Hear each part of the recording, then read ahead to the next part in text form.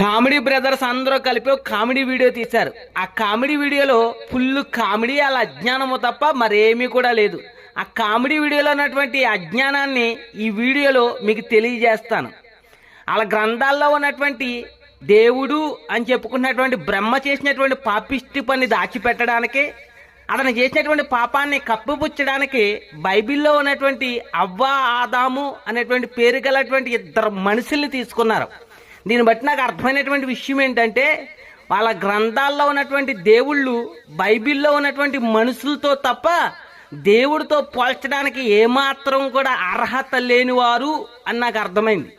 మరొకసారి చెప్తున్నా, వాళ్ళ గ్రంథాల్లో దేవుళ్ళు అని చెప్పుకుంటున్న వాళ్ళు బైబిల్లో ఉన్నటువంటి నార్మల్ మనుషులతో పోల్చడానికి తప్ప పరిశుద్ధుడైనటువంటి దేవుడితో పోల్చడానికి ఏమాత్రం కూడా అర్హత లేనివారు అని వాళ్ళే తెలియజేస్తున్నారు. ఇది మొదటి విషయం. రెండో విషయం ఏంటంటే,